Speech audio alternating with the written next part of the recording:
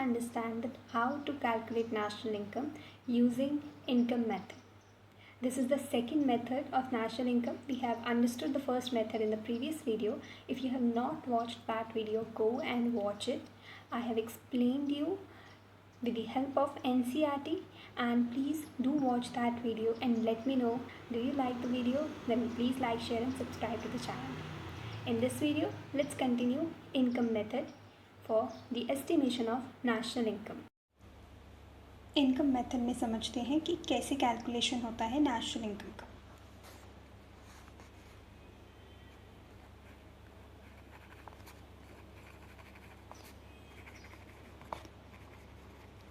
Second method है ये, ठीक है। इसमें हम इनकम मेथड को बहुत सारे नेम्स के साथ जानते हैं, जैसे डिस्ट्रीब्यूटेड शेयर मेथड भी कहते हैं। It is also known as distributed share method, ठीक है। पहला एक नाम तो ये है, दूसरा नाम है इसका फैक्टर पेमेंट।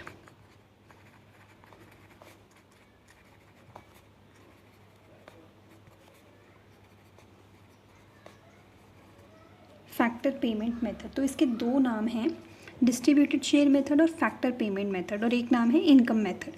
ये तीन नाम आपने अच्छे से याद रखने हैं, क्योंकि कोई भी नाम देकर पूछ सकता है आपसे एग्जामिनर कि इस मेथड के थ्रू, फैक्टर पेमेंट मेथड के थ्रू आप नेशनल इनकम को कैलकुलेट करो। सो आपको नेम्स पता होना बहुत ज़रूरी है। जब मैंने वैल्यू एडेड मेथड करवाया था तब भी मैंने आपसे कहा था कि वैल्यू एडेड के जितने भी नाम हैं आपको वो सब याद रखने हैं। उसके बाद बात करते हैं कि इसमें हम कैलकुलेट कैसे करते हैं नेशनल इनकम को। देखिए, इसमें सबसे पहले समझने वाली चीज़ ये है कि जब हम इस मेथड के थ्रू नेशनल इनकम को कैलकुलेट करेंगे तब हम यहाँ पे फैक्टर पेमेंट्स की बात करते हैं, ठीक है। इनकम मेथड के थ्रू अगर मुझे कैलकुलेशन करना है तो मुझे जानना होगा फैक्टर पेमेंट्स के बारे में, क्या होती हैं फैक्टर पेमेंट्स। अगर आपने मेरी पिछली वीडियोस अच्छे से देखी होंगी नेशनल इनकम पे ही, तो आपको अच्छे से पता होगा कि क्या होती हैं फैक्टर पेमेंट्स। सबसे पहली चीज़ इसमें जो आती है that is compensation of employees. पहली चीज़ इसमें आती है कॉम्पनसेशन ऑफ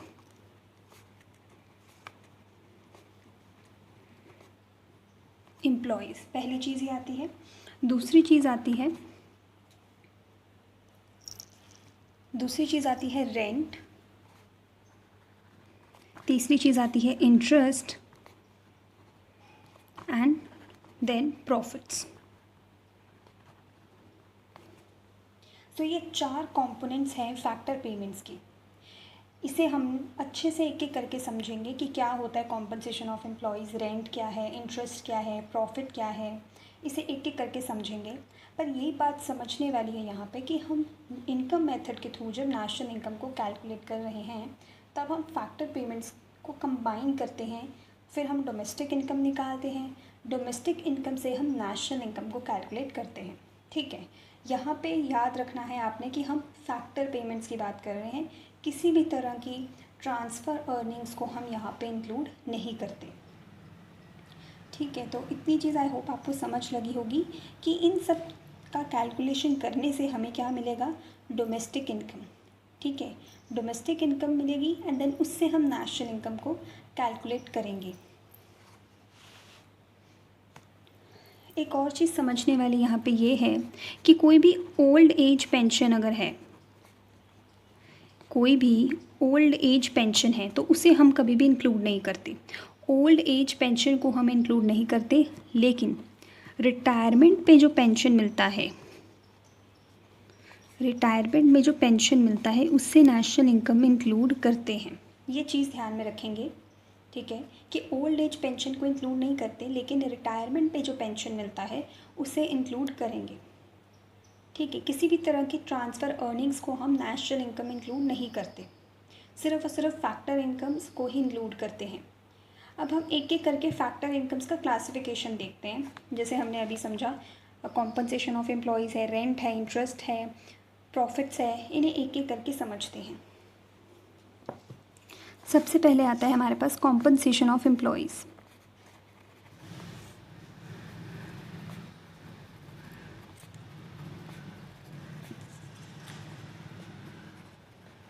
सबसे पहला कंपोनेंट है compensation of employees. Compensation of employees में जब मैं बात करती हूँ तो इसमें 4 चीज़ें आती हैं सबसे इम्पॉर्टेंट।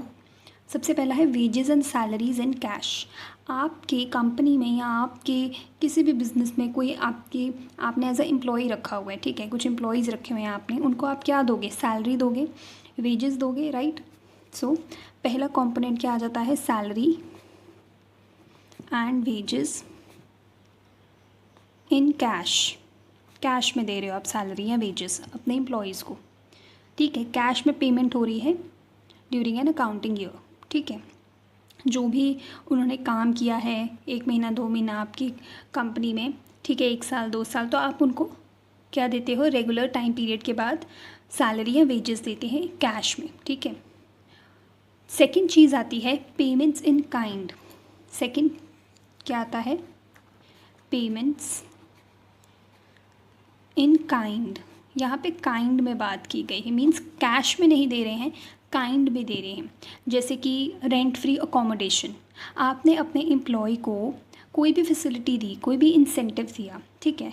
हो सकता है आपका एम्प्लॉय जो है वो उसके पास घर नहीं रहने को, तो आपने उसे रेंट फ्री, बिना किसी, आप उससे कोई रेंट नहीं ले रहे हो, रेंट फ्री अकोमोडेशन दे दिया, रहने के लिए घर दे दिया, वो भी रेंट फ्री।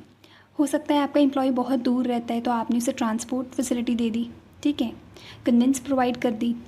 सो इसे भी इंक्लूड करते हैं हम कॉम्पनसेशन ऑफ एम्प्लॉयज़ में, which is called payments in kind. Third is employers contribution to social security. देखो यहाँ पे सारी जो बात हो रही है ना, एम्प्लॉयर एम्प्लॉय की बात हो रही है। क्यों? क्योंकि हम बात किसकी कर रहे हैं, कॉम्पनसेशन ऑफ एम्प्लॉयज़ की, कि क्या क्या दिया जाता है कि एम्प्लॉय को, ठीक है। सो सबसे पहले उसे सैलरी और वेजेस दिए जाते हैं कैश में। दूसरी पेमेंट इन काइंड में की जाती है, ठीक है, उसे कोई रेंट फ्री अकोमोडेशन दिया, कोई भी इंसेंटिव, कोई भी बेनिफिट दे दिया, ठीक है। तीसरी चीज़ हो गई employers contribution to social security. Employers contribution to social security.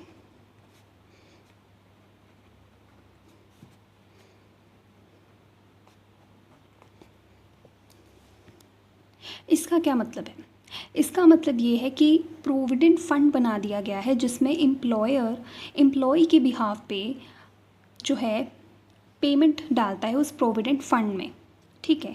सो इसे क्या कहते हैं, ये एक सोशल सिक्योरिटी है एम्प्लॉय के लिए, ठीक है। तो this is a kind of social security given to the employee by the employer, कि एम्प्लॉयर ने क्या किया, एक फ़ंड क्रिएट कर दिया है which is called provident fund, जिसमें एम्प्लॉय के बिहाफ पे पेमेंट ऐड करता है इस फंड में for his social security, for the social security of his employee. तो इसे क्या कहते हैं, employers contribution to social security, कि एम्प्लॉयर कॉन्ट्रीब्यूट कर रहा है एम्प्लॉय की सोशल सिक्योरिटी में। फोर्थ चीज़ जो इसमें आती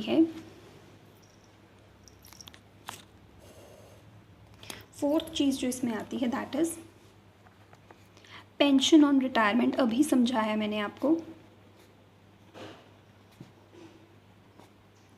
पेंशन ऑन रिटायरमेंट, कि एम्प्लॉय के रिटायरमेंट के बाद उसको जो पेंशन मिलेगी उसे हम नेशनल इनकम में डेफिनेटली इंक्लूड करते हैं, बट किसी भी तरह की ओल्ड एज पेंशन को इंक्लूड नहीं करते, ठीक है। देखो समझो क्यों नहीं इंक्लूड करते हैं, क्योंकि एम्प्लॉय ने कपल ऑफ ईयर्स की सर्विसेज के बाद जो है रिटायरमेंट ले ली है, 60-65 की एज पे रिटायरमेंट ले ली है, ठीक है। तो उसने अपनी जितनी भी सर्विसेज दी उस पर, अब उसने रिटायरमेंट ले ली है, तो अब वो काम नहीं करेगा मतलब, बट उसको पेंशन मिलेगी, ठीक है, बिकॉज उसने इतने साल एक कंपनी के लिए काम किया है, सो उसे कुछ तो मिलना चाहिए इन रिटर्न, राइट। सो उसे कंपनी पेंशन देगी on retirement, but old age pension में ऐसा नहीं है। सो दैट्स वाई हम ओल्ड एज पेंशन को इंक्लूड नहीं करते। इट इज़ काइंड ऑफ एक सोशल सर्विस हो गई ना ओल्ड एज पेंशन, तो उसे हम इंक्लूड नहीं करेंगे, ठीक है, नेशनल इनकम में। हम यहाँ पे सिर्फ और सिर्फ रिटायरमेंट पे जो पेंशन दी जाती है उसे इंक्लूड करते हैं, रिमेंबर, ठीक है। सो कॉम्पनसेशन ऑफ एम्प्लॉयज़ में क्या देखा हमने, salary and wages in cash, payments in kind, employers contribution to social security and pension on retirement. ये 4 चीज़ें हैं जिसे कॉम्पनसेशन ऑफ एम्प्लॉयज़ में हम इंक्लूड करते हैं, ठीक है, याद रखेंगे। नेक्स्ट चीज़ पे आते हैं अब हम। दूसरी चीज़ जो समझने वाली है वो है ऑपरेटिंग सरप्लस। पहले हमने समझा कॉम्पनसेशन ऑफ एम्प्लॉयज़ जिसमें 4 चीज़ें पड़ी। Next is operating surplus. Operating surplus में क्या आता है आपका? ऑपरेटिंग सरप्लस में आता है आपका रेंट और interest and third is profits. ठीक है, ये 3 चीज़ें आती हैं, रेंट, इंटरेस्ट एंड प्रॉफिट्स। कोई लैंड आपने कोई घर या कोई लैंड आपने रेंट पे दिया है तो उस पर आपको रेंट मिलेगा। आपने कोई किसी को लोन दिया हुआ है तो आपको उस पर इंटरेस्ट मिलेगा। प्रॉफिट्स, जो भी आप अपनी बिज़नेस में प्रॉफिट्स जनरेट करोगे उसे डिस्ट्रीब्यूट करोगे शेयर होल्डर्स में, ठीक है। उस पर आप कॉर्पोरेट टैक्स पे करोगे, ठीक है। कुछ ना कुछ प्रॉफिट्स आप रिटेन करके रखोगे अपनी कंपनी के लिए, अपने बिजनेस के लिए। सो प्रॉफिट्स की इससे 3 एलिमेंट समझ आ गए हमें। पहला हो गया रिटेन्ड अर्निंग्स कह लीजिए, ठीक है।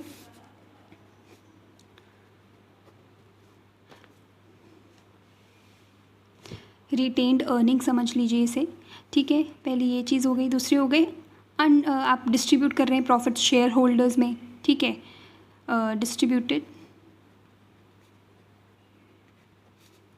प्रॉफिट्स अमंग शेयर होल्डर्स,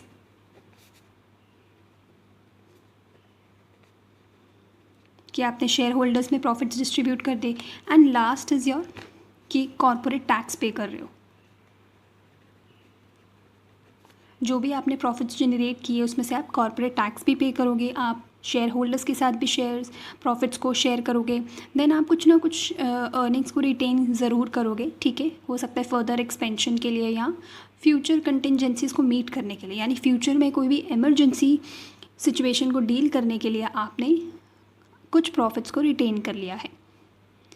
सो ये 3 एलिमेंट्स हैं प्रॉफिट्स के। फर्दर हमने ऑपरेटिंग सरप्लस में 3 चीज़ें पढ़ी हैं, rent, interest and profits. Profits में हमने 3 चीज़ें पढ़ी, retained earnings, distributed profits among share holders and corporate tax, ठीक है। ये 3 चीज़ें हमने समझी। नेक्स्ट आपका थर्ड एलिमेंट जो आता है वो समझते हैं। तीसरी चीज़ जो हम समझते हैं वो है मिक्स्ड इनकम। देखो, मिक्स्ड इनकम जो होती है ना वो होती है सेल्फ एम्प्लॉयड पर्सन की। यहाँ पे उसने जो भी वेजेस, सैलरीज, जो भी रेंट, इंटरेस्ट, वटेवर जो मर्ज़ी कह लो आप, जो भी अब तक हमने पढ़ा, इन्हें हम सेपरेटली कैलकुलेट नहीं करते। ठीक है।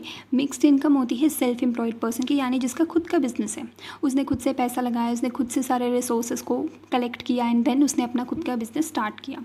सो यहाँ पे इन सब चीज़ों का हम सम करके ही कैलकुलेशन करते हैं, सेपरेटली कैलकुलेशन नहीं करते। इसे एक एग्जांपल से समझिए कि एक शॉपकीपर है जिसकी खुद की दुकान है, ठीक है, एक शॉप है उसकी, ठीक है। वो खुद ही वहाँ पे काम कर रहा है, ही सेल्फ एम्प्लॉयड, खुद ही वहाँ पे काम कर रहा है।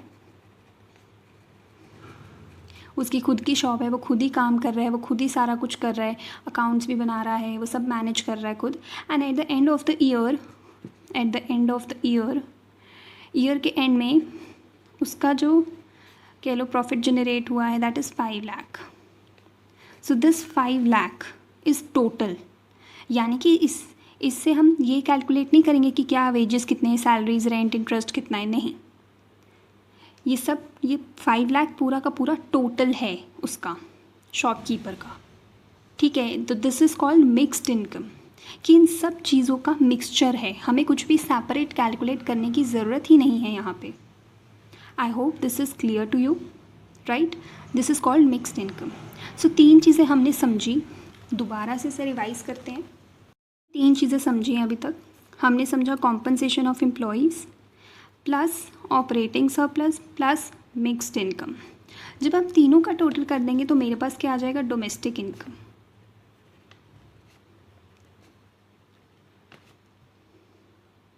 डोमेस्टिक इनकम को कैसे डिनोट करते हैं, एनडीपी एफसी से डिनोट करते हैं। कॉम्पनसेशन ऑफ एम्प्लॉयज़ में हमने 4 कंपोनेंट्स पढ़े। ऑपरेटिंग सरप्लस पे हमने 3 कंपोनेंट्स पढ़े, जिसमें प्रॉफिट्स में हमने आगे फर्दर 3 कंपोनेंट्स पढ़े थे। प्रॉफिट्स में फर्दर 3 कंपोनेंट्स पढ़े थे। मिक्स्ड इनकम, हमें पता है ये सेल्फ एम्प्लॉयड पर्सन की इनकम होती है मिक्स्ड इनकम। डोमेस्टिक इनकम हमारे पास आ जाएगा, विच इज़ NDPFC से हम उसे डिनोट करते हैं। अब मेरे पास NDPFC आ गया, मुझे जाना किधर है, मुझे जाना है NNPFC पे। This is my national income. Calculate तो हमें नेशनल इनकम करना है। कैसे करेंगे नेशनल इनकम कैलकुलेट, कैसे करेंगे नेशनल इनकम? अगर आपको आंसर पता है, आपको पता है कैसे करना है कैलकुलेट, तो नीचे कमेंट्स में जाके बताएंगे कैसे करना है कैलकुलेट। हम इसमें ऐड करेंगे net factor income from abroad. क्यों करेंगे ऐड? क्योंकि देखो, डोमेस्टिक से मुझे नेशनल पे जाना है, छोटे से बड़े पे जाने के लिए हमेशा हम ऐड करते हैं। क्या ऐड करते हैं? Net factor income from abroad. Net factor income from abroad का फॉर्मूला क्या होता है वो कमेंट्स में लिख के आप बताएंगे, ठीक है। सो इस तरीके से नेशनल इनकम हम इनकम मेथड के थ्रू कैलकुलेट करेंगे। जब हम न्यूमेरिकल सॉल्व करेंगे तब और अच्छे से आपको क्लैरिटी आएगी कि कैसे हम कैलकुलेशंस को करने वाले हैं। आई hope this much is clear.